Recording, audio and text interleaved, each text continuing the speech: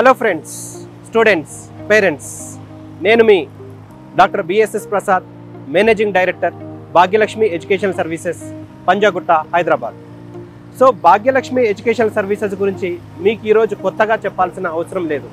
So గత 19 సంవత్సరాలుగా మేము ఎంబీబీఎస్ విషయం లోపల చాలామంది మన ఆంధ్రప్రదేశ్ తెలంగాణ స్టూడెంట్స్కే కావచ్చు, ఆల్ ఇండియా లెవెల్లో ఉన్న స్టూడెంట్స్కే కావచ్చు, గైడెన్స్ ఇవ్వడము, రిక్రూట్ చేయడము, ఇవన్నీ కూడా జరుగుతూ ఉంటాయి. మాది మీకు అందరికీ తెలుసు, 2005లో ఎస్టాబ్లిష్ అవ్వడము, 19 ఇయర్స్గా సక్సెస్ఫుల్గా చాలామంది స్టూడెంట్స్ను ఎంబీబీఎస్గా తీర్చిదిద్దడం కావచ్చు, వాళ్ళు పీజీలో వాళ్ళకు అడ్మిషన్ తీసుకోవడం కావచ్చు, ప్రాక్టీస్ చేయడం కావచ్చు, హాస్పిటల్ చేయడం కావచ్చు, ఇవన్నీ జరుగుతాయి. సో మీకు అందరికీ తెలిసిన విషయం ఏంటంటే, భాగ్యలక్ష్మి ఎడ్యుకేషన్ సర్వీసెస్ ఒక కంట్రీ సెలెక్ట్ చేసుకున్నదంటే, ఒక యూనివర్సిటీ సెలెక్ట్ చేసుకున్నట్టే ఖచ్చితంగా మిగిలిన కంట్రీస్ కంటే బాగుండడం కావచ్చు, మిగిలిన యూనివర్సిటీస్ కంటే బాగుండడం కావచ్చు, ఖచ్చితంగా ఉంటుంది. అదర్వైజ్ భాగ్యలక్ష్మి అందరిలాగా ఏది పడుతుంది ప్రమోట్ చేయడము, ఎక్కడికంటే అక్కడికి పంపించడము, స్టాండర్డ్స్ ఆఫ్ ఎడ్యుకేషన్ లేకున్నా కానీ, లేకపోతే హాస్పిటల్స్ లేకున్నా కానీ, ఇటువంటి వాటికి భాగ్యలక్ష్మి ఎడ్యుకేషన్ సర్వీసెస్ ఖచ్చితంగా దూరం ఉంటుందన్న విషయం తెలుసు. సో ఈరోజు మనం ఉన్నాము వియత్నాంలో, డాక్లాక్ అనే ప్రొవిన్స్లో మనకు బిఎంటీ మెడికల్ యూనివర్సిటీ ముందు మనం ఉన్నాం. సో భాగ్యలక్ష్మి చూస్ చేసుకునే కంట్రీస్ అన్నీ కూడా చాలా డిఫరెంట్గా ఉంటాయి, ఎట్ ద సేమ్ టైం చాలా బాగుంటాయి.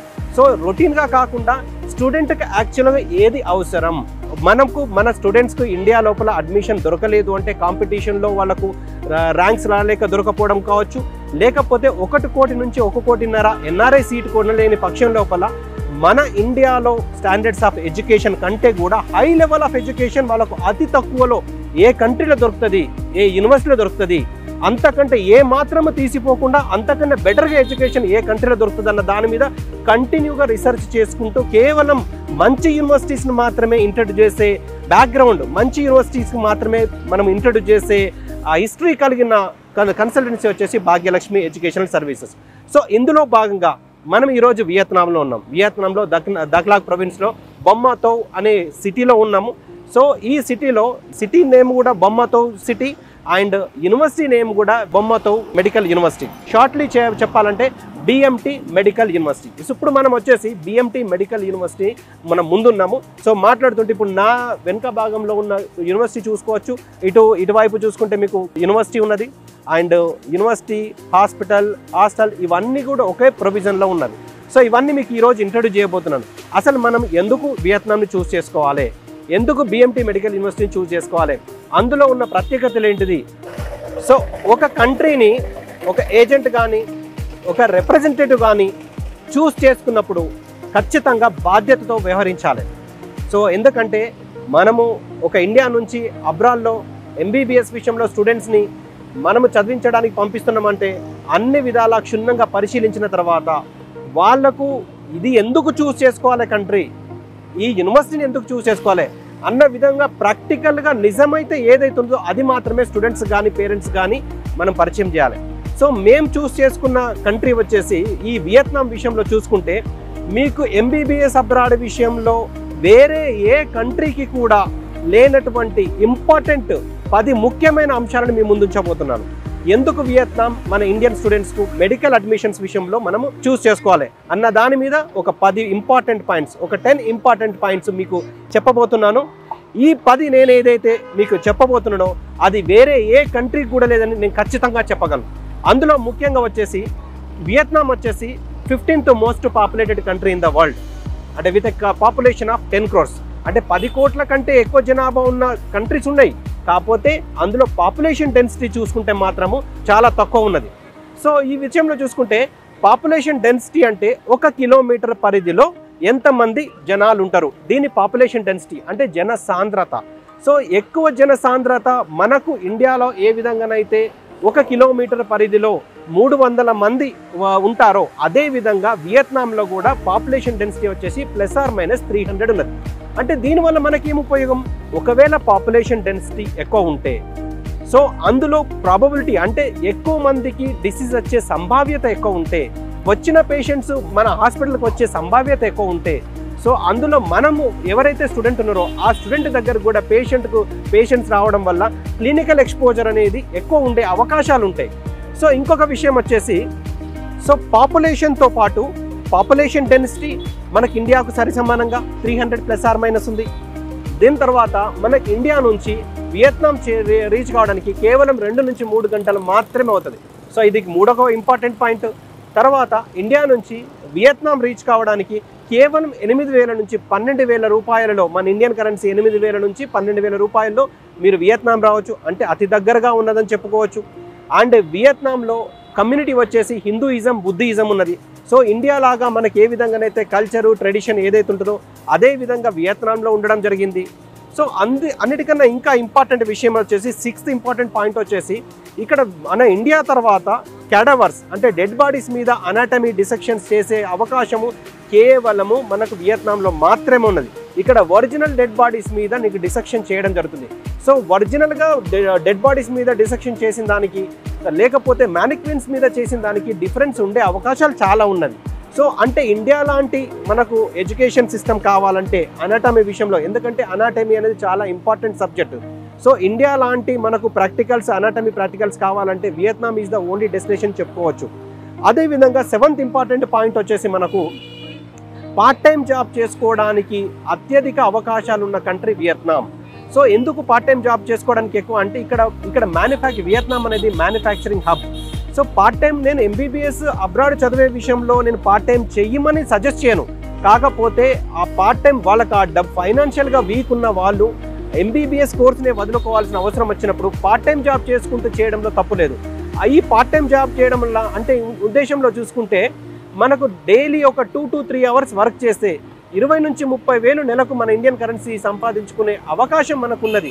సో పార్ట్ టైం జాబ్ చేసుకునే అవకాశం ఉంది. తర్వాత ఇంకొక విషయం వచ్చేసి ఇండియా నుంచి దాదాపు 400 కంపెనీలు, మన ఇండియన్ కంపెనీస్ ఇక్కడ పెట్టుబడులు, వాళ్ళ కార్యకలాపాలు ఆల్రెడీ కొనసాగిస్తున్నాయి. సో 400 కంపెనీస్, అందులో వచ్చేసి ముఖ్యంగా తీసుకుంటే అదానీ గ్రూప్ కావచ్చు, తర్వాత టాటా గ్రూప్స్ కావచ్చు, గోద్రేజ్ గ్రూప్ కావచ్చు, సాఫ్ట్వేర్ కంపెనీలో తీసుకుంటే విప్రో కావచ్చు, టీసీఎస్ కావచ్చు, ఇలా ఇన్ఫోసిస్ కావచ్చు. అండ్ ఇక్కడ వియత్నాంలో వచ్చేసి మ్యానుఫ్యాక్చరింగ్ హబ్.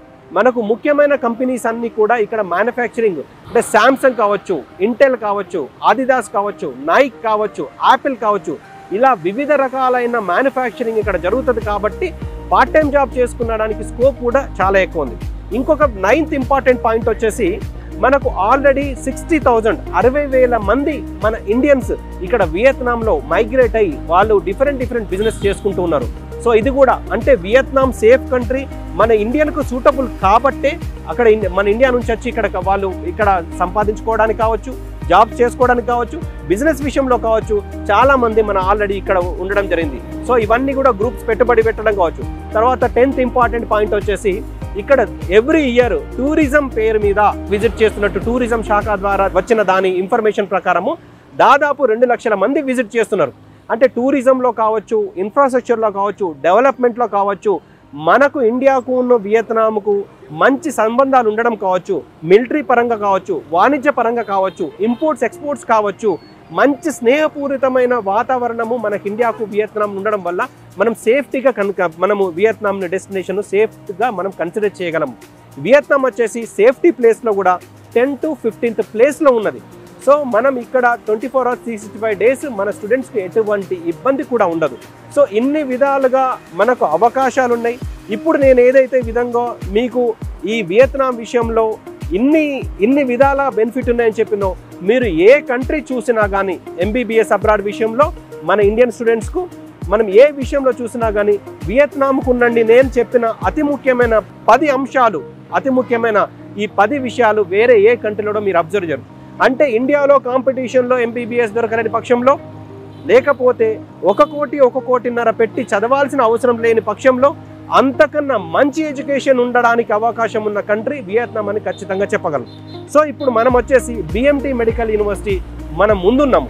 సో ఇది వచ్చేసి ఈ ప్రాంగణం మొత్తం కూడా ఏదైతే ఉన్నదో ఈ ఏరియా మొత్తం కూడా బిఎంటీ మెడికల్ యూనివర్సిటీకి సంబంధించిన, అంటే ఈ బిఎంటీ మెడికల్ యూనివర్సిటీ వచ్చేసి బిఎంటీ అంటే మొత్తం పేరులోనే ఉంది, BMT medical university and hospital. అంటే వీళ్ళ సొంత హాస్పిటల్తో ఉన్నది కాబట్టి ఇక్కడ వీళ్ళకు మన స్టూడెంట్స్కు యూనివర్సిటీ, హాస్పిటల్ అన్నీ ఒకే ప్రాంగణంలో ఉన్నాయి కాబట్టి బయటికి క్లినికల్స్ విషయంలో వెళ్ళాల్సిన అవసరం లేకుండా ఉన్న యూనివర్సిటీ మనకు బిఎంటీ మెడికల్ యూనివర్సిటీ. సో ఇప్పుడు మీకు బిఎంటీ మెడికల్ యూనివర్సిటీకి సంబంధించిన హాస్పిటల్కి సంబంధించి ఏ డిపార్ట్మెంట్స్ ఉన్నాయి, ఎన్ని ఫ్లోర్స్ ఉన్నాయి, ఎన్ని డిపార్ట్మెంట్స్ ఉన్నాయి, అందులో పేషెంట్స్ ఫ్లో ఎట్లా ఉంటుంది, మిగిలిన విషయాలన్నీ కూడా మీకు చెప్పదలుచుకున్నాను. ఇప్పుడు నా బ్యాక్గ్రౌండ్లో కనబడుతున్నది మొత్తం కూడా BMT మెడికల్ యూనివర్సిటీకి సంబంధించిన హాస్పిటల్. ఇది వచ్చేసి 8th ఫ్లోర్ బిల్డింగ్, చాలా పెద్ద హాస్పిటల్ ఇది.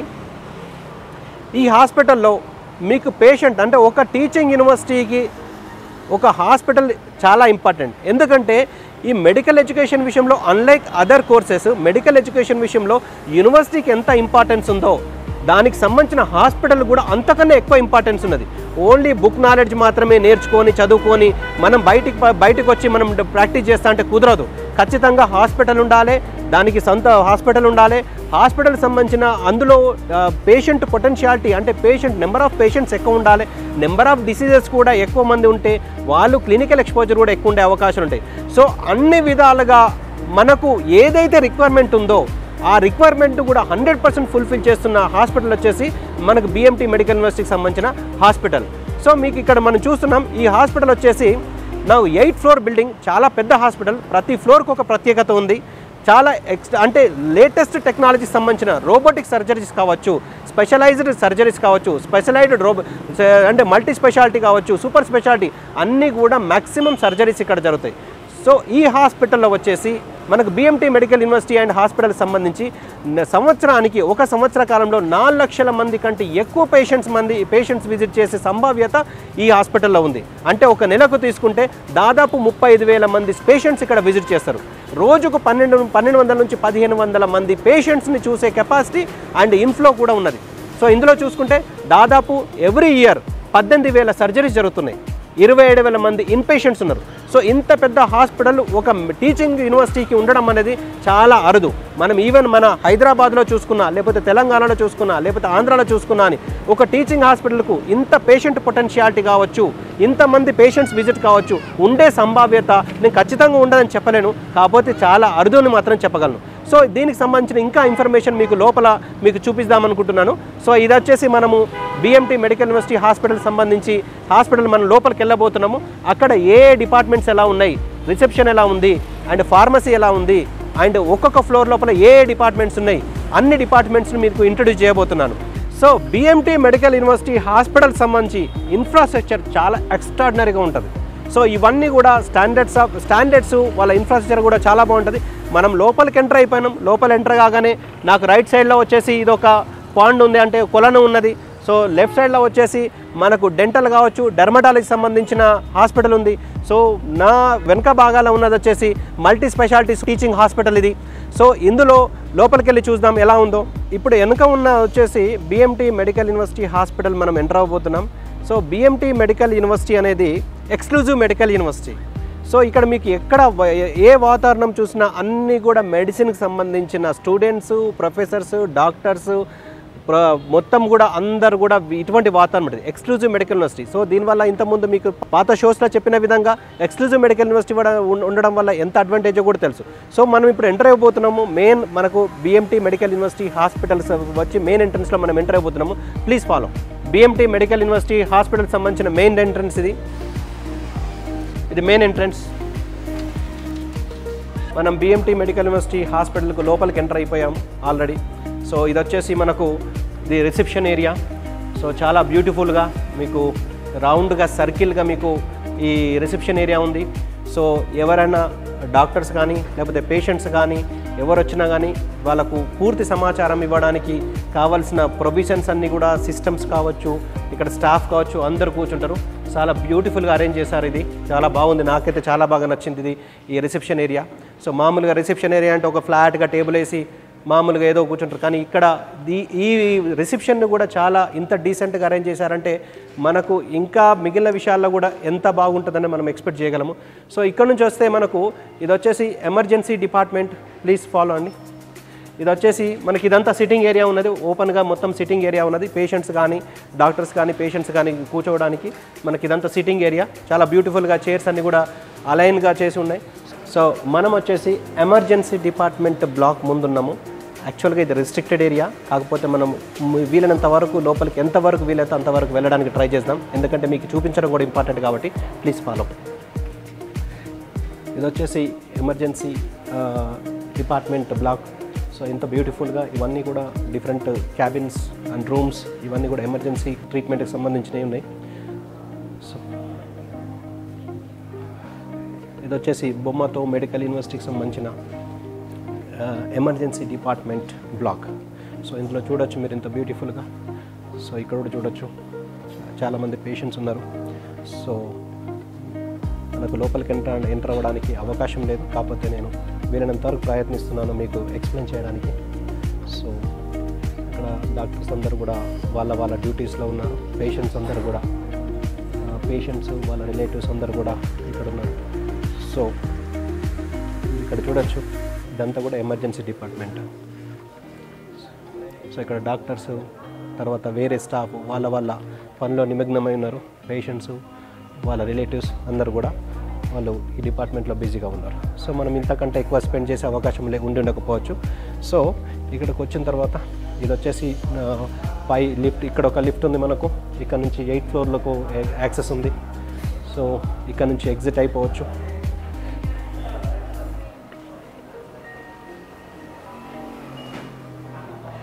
ఇక్కడ ఎమర్జెన్సీ డిపార్ట్మెంట్కి సంబంధించి ఇక్కడ కూడా వెయిటింగ్ రూమ్ ఉంది. ఎమర్జెన్సీ డిపార్ట్మెంట్కు అదర్ ఎంట్రీ, దీనికి సంబంధించి వెయిటింగ్ రూమ్ కూడా ఉంది. సో ఇది వచ్చేసి మనకి ఎమర్జెన్సీ డిపార్ట్మెంట్ అండి. బొమ్మటో మెడికల్ యూనివర్సిటీ హాస్పిటల్కి సంబంధించిన ఎమర్జెన్సీ డిపార్ట్మెంట్ చూపించారు. లోపల చాలా విషయాలు ఉన్నాయి, చాలా క్యాబిన్స్ ఉన్నాయి, చాలా ఎలాబొరేటెడ్గా ఉంది. కాకపోతే చాలా వరకు మనకు యాక్సెస్ లేదు వెళ్ళడానికి, ఎందుకంటే పేషెంట్స్ డాక్టర్స్ డిస్టర్బ్ అయ్యే అవకాశాలు ఉంటాయి. కాబట్టి మీకు ఇంతవరకే చూపించగలను. Thank you.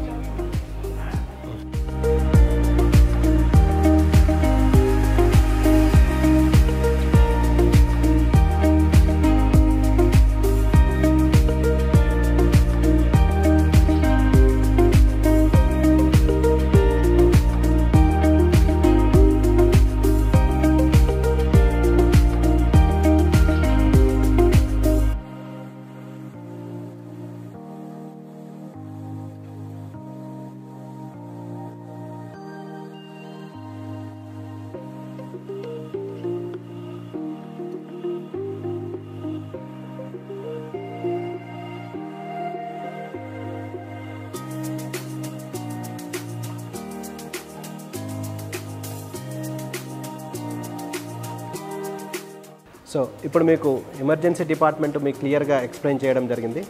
మీకు అదేవిధంగా మీకు చూపెడితే మనం ఈ రిసెప్షన్ నుంచి మనం లెఫ్ట్ సైడ్కి చూసినట్టయితే అక్కడ చాలా పెద్ద ఫార్మసీ ఉంది. సో అంటే ట్రీట్మెంట్ అయిపోయిన తర్వాత పేషెంట్స్ వాళ్ళ మెడిసిన్ పర్చేజ్ చేసుకోవడానికి చాలా పెద్ద ఫార్మసీ ఉంది ఇక్కడ. ఇది వచ్చేసి ఫార్మసీ.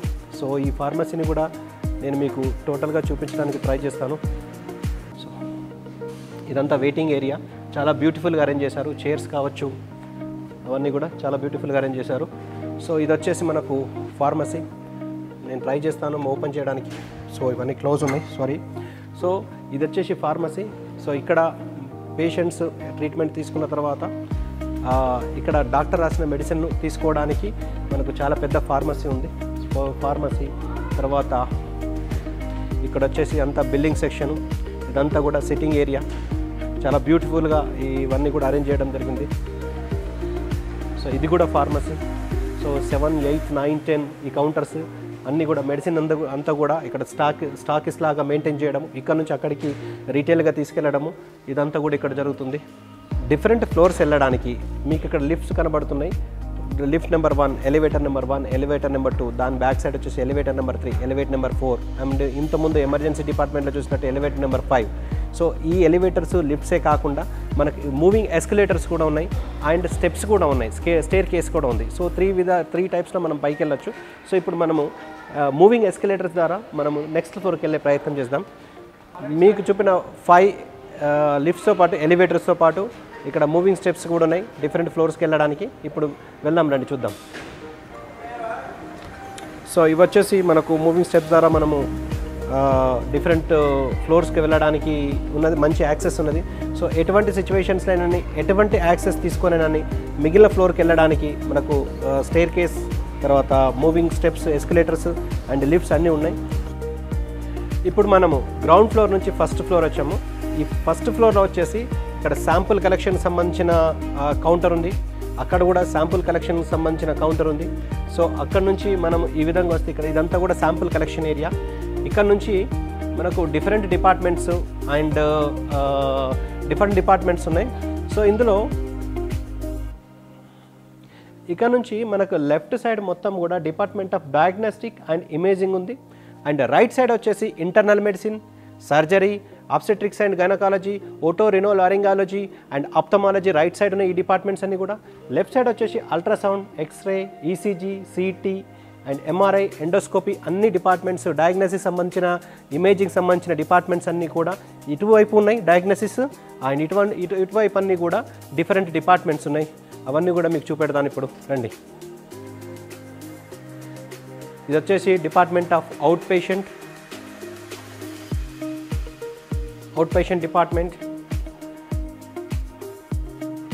అవుట్ పేషెంట్ డిపార్ట్మెంట్ ఇక్కడ. ఇది వచ్చేసి ఆబ్స్టెట్రిక్స్ అండ్ గైనకాలజీ. ఇది వచ్చేసి ఓబీజీ, ఆబ్స్టెట్రిక్స్ అండ్ గైనకాలజీ. ఇది వచ్చేసి ఇంటర్నల్ మెడిసిన్ సంబంధించిన డిపార్ట్మెంట్ ఇది. ఇదంతా కూడా